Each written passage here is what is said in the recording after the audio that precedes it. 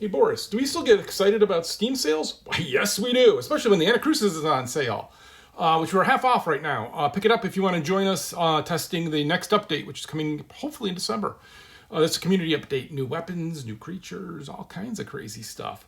So for that part of it, yeah, I do, because I like to see a bunch of people who aren't familiar with me or the community just looking at the game going, oh, I want to pick that up, and then finding out about all that stuff happening, and then they really, the reviews have been positive, I think overwhelmingly positive recently, really based on, I think, a lot of seeing what's happening and still happening with the game. So yes, for that part, yes. For other people's games, yeah. Not so much, because I regularly buy games, and I'm doing well, so I like to support developers, and I like to buy them at full price normally or at their launch to help support them. So I have such a backlog that I don't have the kind of I don't buy things until I'm going to play them normally, and so that keeps my backlog kind of reasonable. But then I just have so much stuff to play that I'll just lift my head up, and when I have a gap, then I'll just go buy something. And then sometimes I'll buy it and then just put it away for a little bit, and then come back to it, because often I buy like early access stuff to support the developers. So yeah, in that way, like seeing stuff on sale while the excuse me, is that your fault, dude? Whoa, isn't that exciting?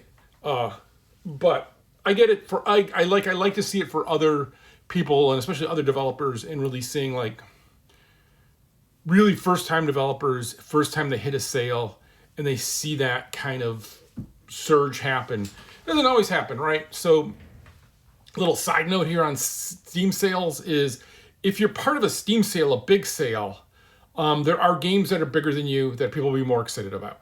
There are games that'll be more on sale than your game.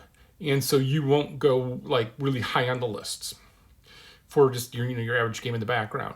So that's why, like a couple weeks ago, we actually went on sale for 75% off, because when we do that, then we get onto lists, then we get promoted, and then kind of people view the game differently than just these sales. So from a developer point of view, they're both good and bad, and there's a time for them and there's not a time for them. But for buying stuff, I don't really get excited about sales. I get excited about new games, though. I get excited about stuff. I'm gonna do me watching a video of something that I haven't heard people talking about much lately. I'm so excited about this game. I think that's the way to do it. I don't know. I'm still trying to figure out things to do and talk about. So I'm talking more about just games and about them and helping those developers. I don't know. I was going to push us all off to the new year, because then I could just make some kind of thing about it, because I didn't start the podcast I was supposed to start about something else totally. People are going to hate it. Trust me. Yeah, I'm just making a game. Spend the weekend making a game. Actually spend a weekend trying to figure out how to do this wiki thing, then making a game.